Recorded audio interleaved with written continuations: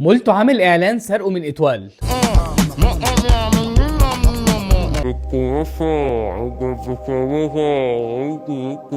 الاعلان فكرته قايمه على آسر ياسين بياكل مولتو يامز فبيعجبه وبيطلع يرقص ولا كانه عنده 20 سنه وبيتكلم او بيغني والاكل في بقه. الموضوع ان الانسايت او الفكره دي كانت خطر جدا، ان من حوالي سنتين ثلاثه اتوال عملت كامبين كانت بنفس الفكره بالظبط.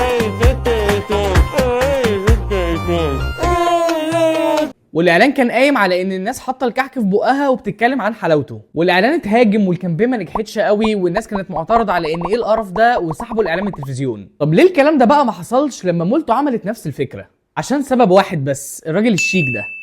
واللي هو لو الناس اتكلمت والاكل في بقها فدي حاجه مقرفه جدا، لكن لو آسر ياسين عمل كده فيعني ده يعمل اللي هو عايزه. الصياعه هنا كانت في التنفيذ وذكاء اختيار آسر ياسين لقوه البيرسونال براندنج بتاعه، وحتى اختيار الممثله كارمن. هم مختارين اتنين مش هيخلوا